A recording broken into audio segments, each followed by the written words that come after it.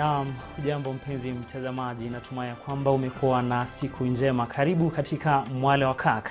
Hii leo ikiwa ni tarehe 31 mwezi wa 3 mwaka 2021. Robo ya kwanza ya mwaka tumeshaukamilisha. Tumekuandalia mengi siku ya leo, lakini kabla ya hayo tupate vidokezo. Sauti.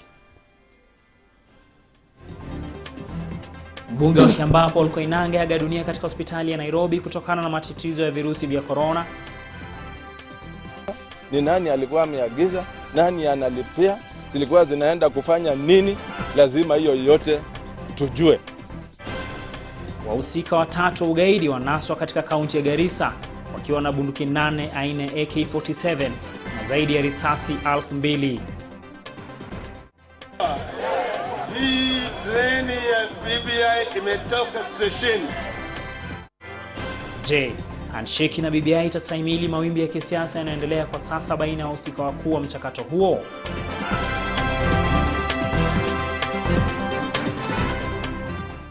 Naam, karibu mtazamaji. Jina langu ni Cornelius Omuse na mtangazaji wa lugha ya ishara ni Jen Mwangi. Kumbuka pia matangazo haya yanapeperushwa kwa njia moja kwa moja kupitia mtandao wa Facebook, ambapo anwani yetu ni Kirk TV Kenya, YouTube ni Kirk TV Kenya. Pia unaweza ukatutumia ujumbe mfupi kupitia nambari ya rafa 22167. Tunaanza na taarifa ya tanzia, ambapo Rais Uhuru Kenyatta ameliongoza taifa kumwomboleza mbunge wa Kiambaa Paul Koinange. Koinange amefariki mapema asubuhi ya leo katika hospitali ya Nairobi kutokana na kile ambacho familia yake imedhibitisha kuwa matatizo yanayofungamana na ugonjwa wa COVID-19. Vincent Kerosi anaikamilisha taarifa hiyo.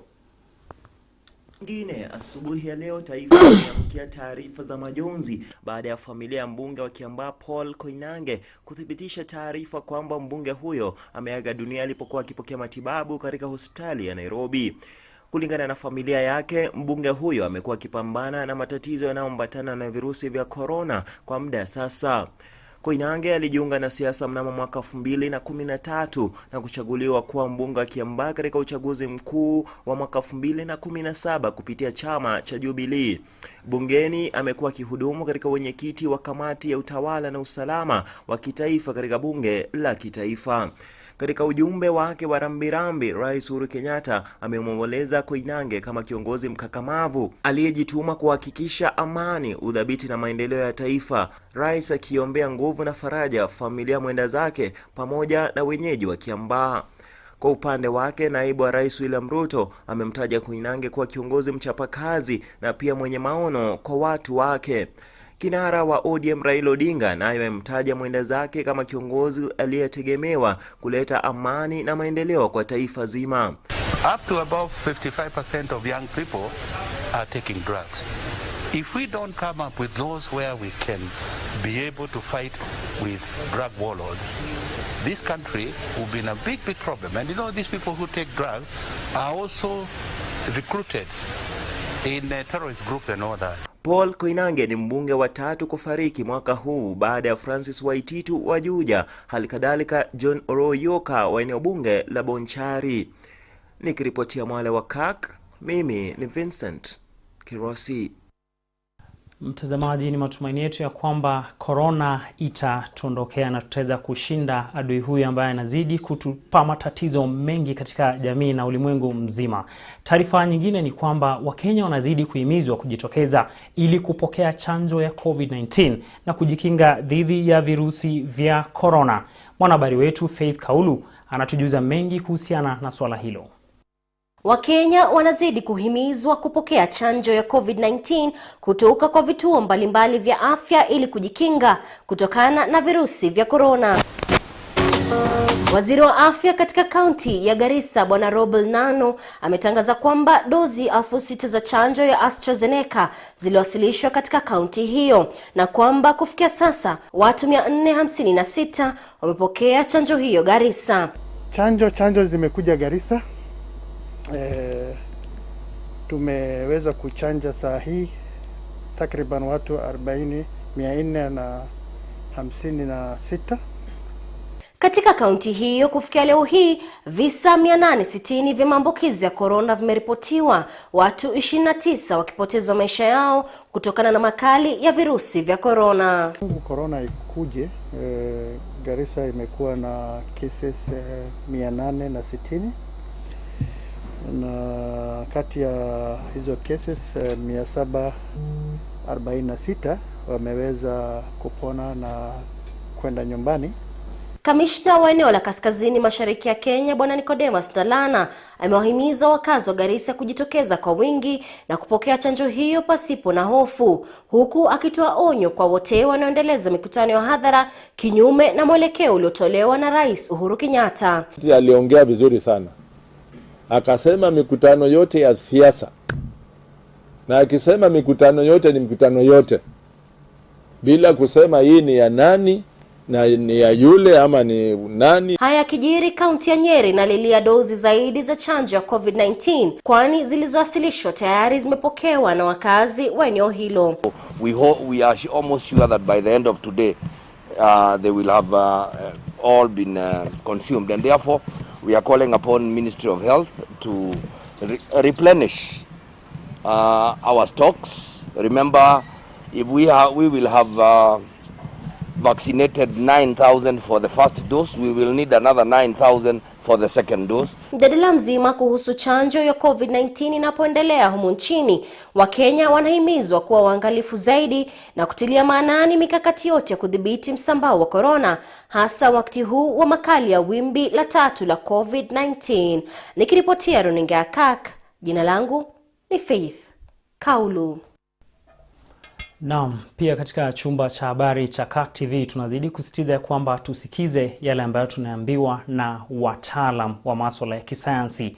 Tukielekea katika kaunti ya Kakamega ni kwamba familia moja inamwomboleza mwanao aliaga dunia baada ya kupigwa na nguvu za umeme nyumbani kwao. Kamanda wa polisi wa eneo hilo ameomba wenyeji kuachia wataalam kufanya kazi ya kuunganisha stima ili kuhakikisha jambo kama hili halifanyiki. Wakenya wanazidi kuhimizwa kupokea chanjo ya COVID-19 kutoka kwa vituo mbalimbali vya afya ili kujikinga kutokana na virusi vya corona. Waziri wa afya katika kaunti ya Garissa Bwana Robel Nano ametangaza kwamba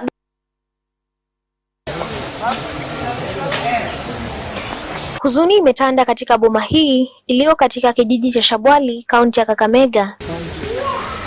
Familia hii ikiomboleza kifo cha mtoto wao Edwin Alusu wa miaka 4.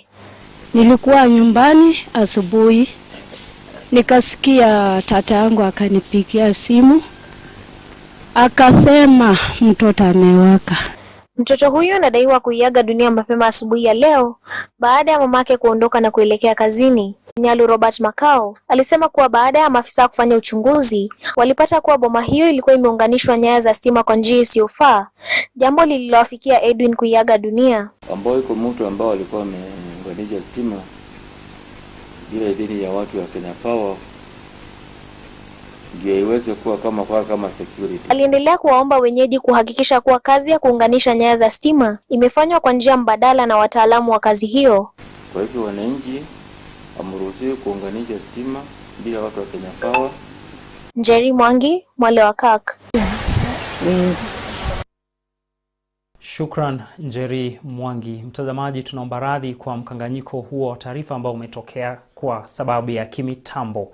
Taarifa za kisiasa ni kwamba katika historia ya siasa za Kenya kuna matukio mengi ambayo daima yatasalia kumbukumbu kwa vizazi vya sasa na vijavyo. Mojawapo ni matukio hayo ni mapatano ya kisiasa baina ya Rais Uhuru Kenyatta na kinara ODM Raila Odinga ya mwaka 2018 almaarufu handshake.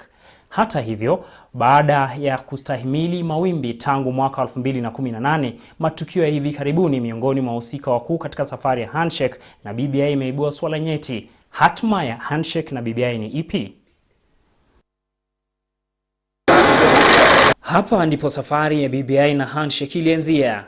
Wengi hawakuamini kilichojiri baina ya Rais Uhuru Kenyatta na kiongozi wa ODM Raila Odinga, ikizingatiwa kwamba siku chache hapo awali Raila alikuwa amekula kiapo ya kuwa rais wa wananchi katika bustani ya Uhuru Park. As we plan ourselves for the future, our future cannot be dictated by the forthcoming election. Our future must be dictated by the prosperity, stability of our nation and the well-being of our people.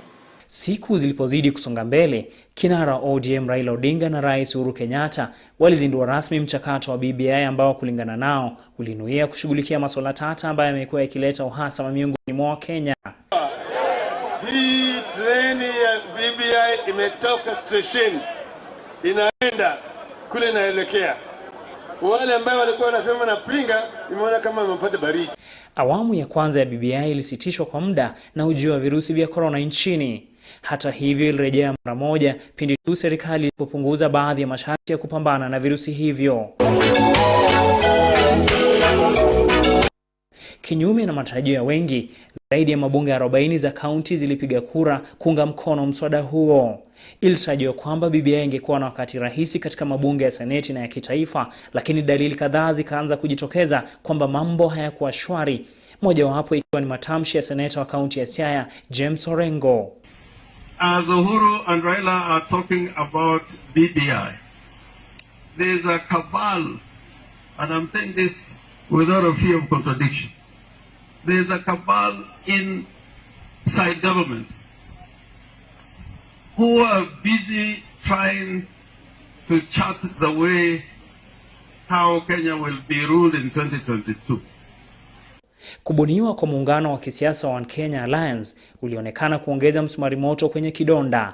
Uhusiano wa karibu wa viongozi wa One Kenya Alliance na Rais Uhuru Kenyatta uliibua minong'ono kwamba rais anapanga kumsaliti Raila. Vilevile naibu wa Rais William Ruto na wandani wake wa kisiasa wameonyesha nia ya kufanya kazi na Raila Odinga. Nikawaachia kina Weta.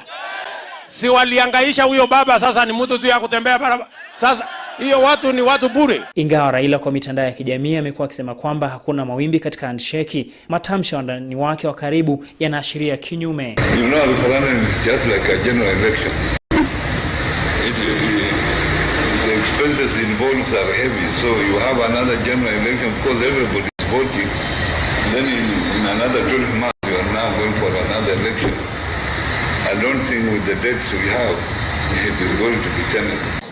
ODM is one of the parties that have huge stake in the BBI as a party.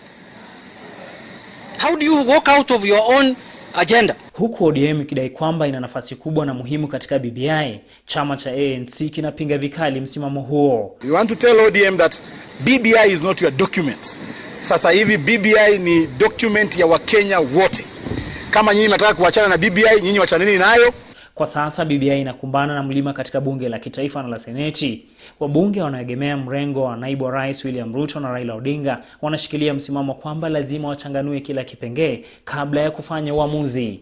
Iwapo BBI itapata uungwaji mkono wa kutosha kutoka kwa maseneta na wabunge, basi azma ya Rais Uhuru Kenyatta ya kufanyia katiba marekebisho itagonga mwamba. Na je, handshake itaendelea iwapo BBI itazama? Jibu ni la, kwa sababu BBI ndio ilikuwa msingi wa handshake. Je, Rais Kenyatta atafaulu kumshawishi Raila kwa mara nyingine kuendelea kupuliza tarumbeta ya rege? Jibu ni wakati na matukio yatadhihirisha, ikizingatiwa kwamba katika siasa mambo hubadilika wakati wowote, mahali popote na yeyote. Mtazamaji, taarifa hiyo ya rege inatupa fursa ya sisi kuchukua mapumziko ya muda mfupi. Tutarejea na mengi zaidi, usiende mbali.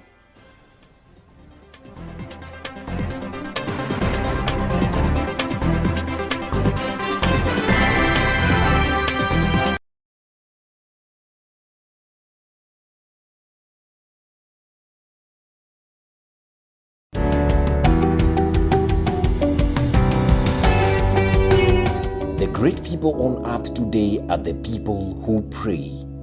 Not those who talk about prayer or those who explain about prayer, but those who take time and pray. God answers prayers. Why? Because He hears. His ear is not deaf, so He hears our prayers. Men and women who go before God, we should be men and women of godly standards. Sure. So we abide. Yeah. So that we keep tapping from the source. But as we pray, it is important to tell God that your will be done in this prayer that I'm praying, or about this prayer item that I'm praying about, not as I will, yes, this is my will, but let your will be done. In these changing times and seasons of uncertainty, who do you look up to? God keeps his part. Calm rain, calm sunshine. God is still committed. From one generation to another, and it's not like shifting shadows that he will change. But join Reverend Elizabeth Kimani and Henry Kaira every Wednesday from 8 to 9 p.m. live on Kirk TV for Call Unto Me. 2021, he's still the same God and he has not changed.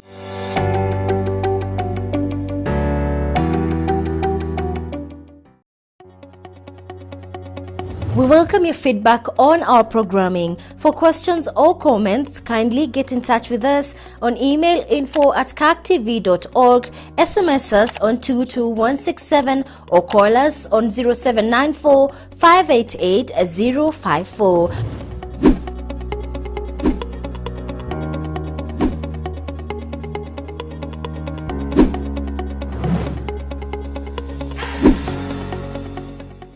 Experience Christian television like never before. What are we called to do? To transform the world, to make it more Christ-like, and ultimately to Christianize. We are Christian professionals placed by God in our different spheres. Kirk TV brings you news. Ulimwengu unabadilika kwa kasi na kila dakika ya siku kuna jambo unalopaswa kujua. Economic. Ni mmoja tu wa wanabiashara ambao tumezungumza nao mtazamaji. Health.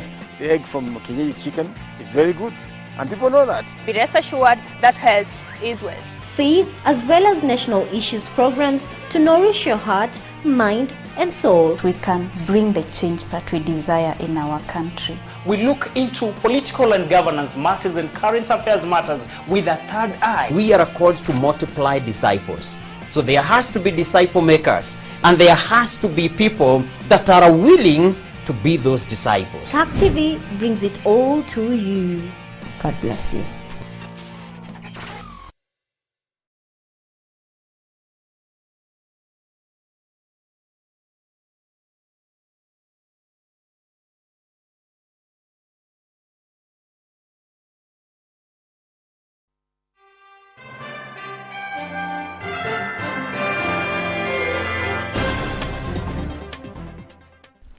Karibu tena mtazamaji. Tunaelekea katika eneo la kaskazini mashariki ambapo washukiwa watatu wa ugaidi wametiwa mbaroni katika eneo la Lagdera, kaunti ya Garissa baada ya kupatikana wakiwa na silaha hatari.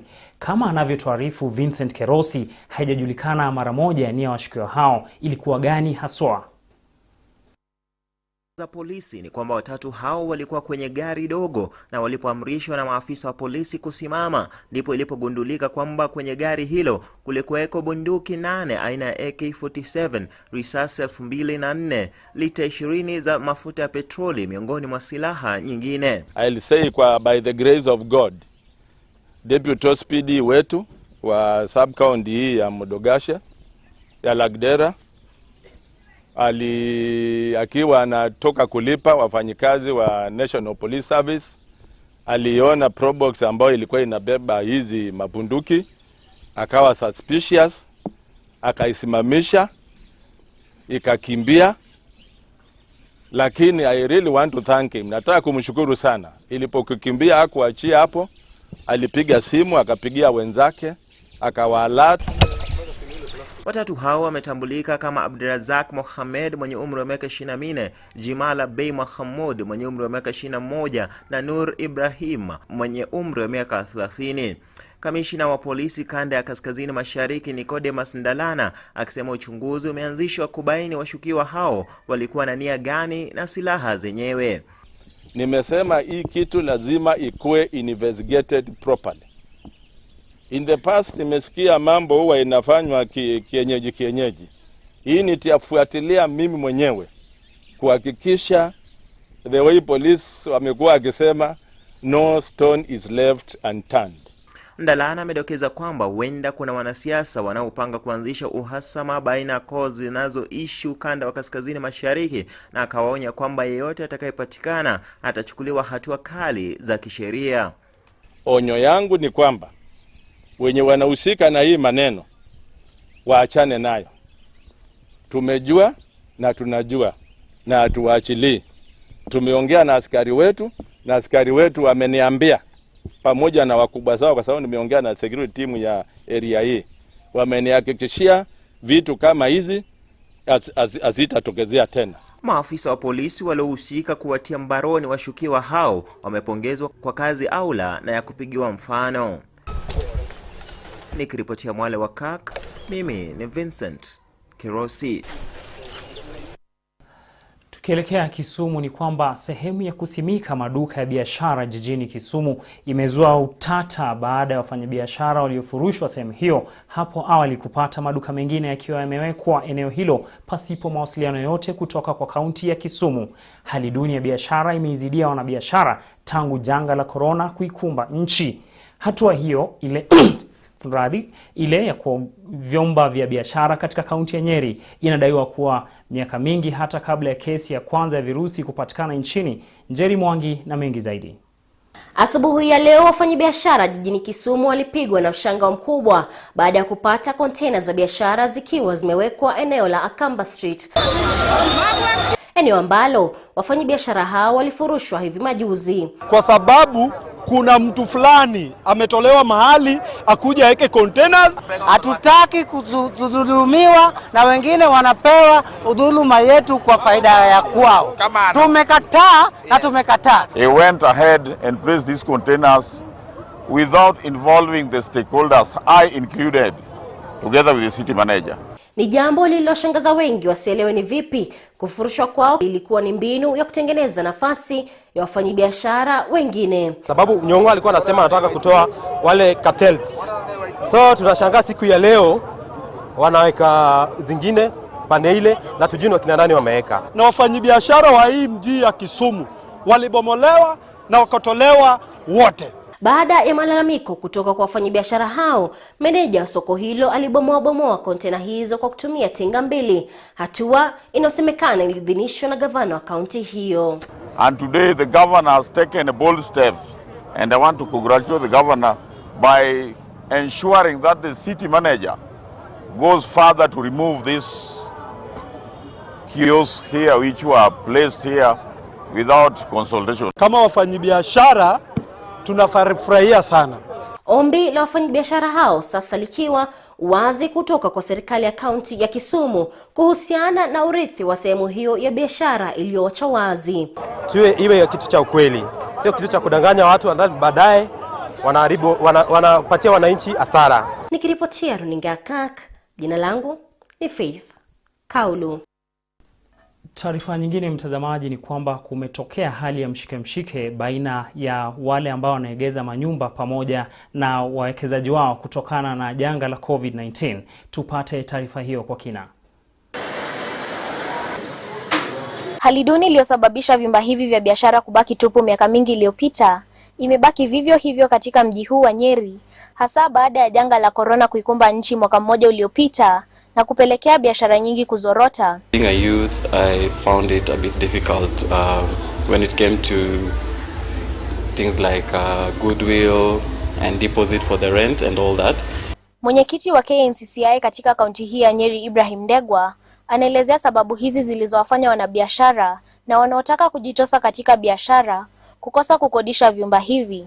The pockets of the would-be tenants is challenged, and they are still compelling these people to pay an upfront of 6 months rent, and on top of that maybe a goodwill of about 1 million shillings. Kulingana na mwenyekiti huyu, majumba mengi katika mji huu yanalipishwa shilingi 100 kwa kila futi moja kwa moja, kiasi anachosema ni cha juu zaidi.